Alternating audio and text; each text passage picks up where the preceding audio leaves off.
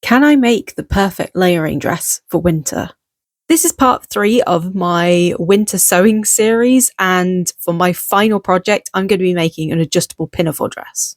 I had this pattern I traced from a pinafore dress I loved, but it was a little bit too small for me, so I decided to use this as my template to make an adjustable pinafore dress.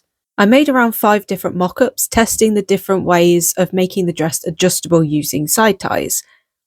After a couple of attempts, I made a small panel for each side of the dress with loops either side that could be tightened or loosened to make it adjustable.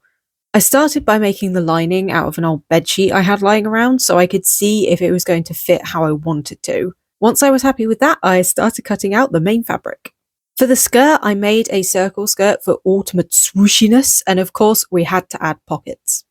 I sewed the bodice pieces and the skirt together before sewing the main fabric to the lining, right sides together along the neckline.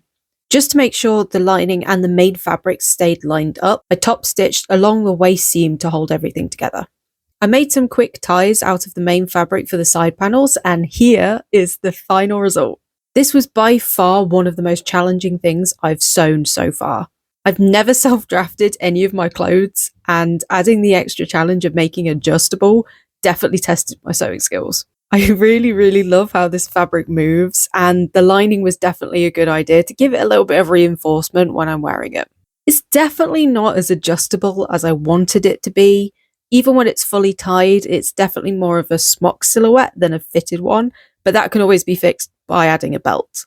This project was a great way to end my 2025 sewing year by putting everything I learned this year into one dress.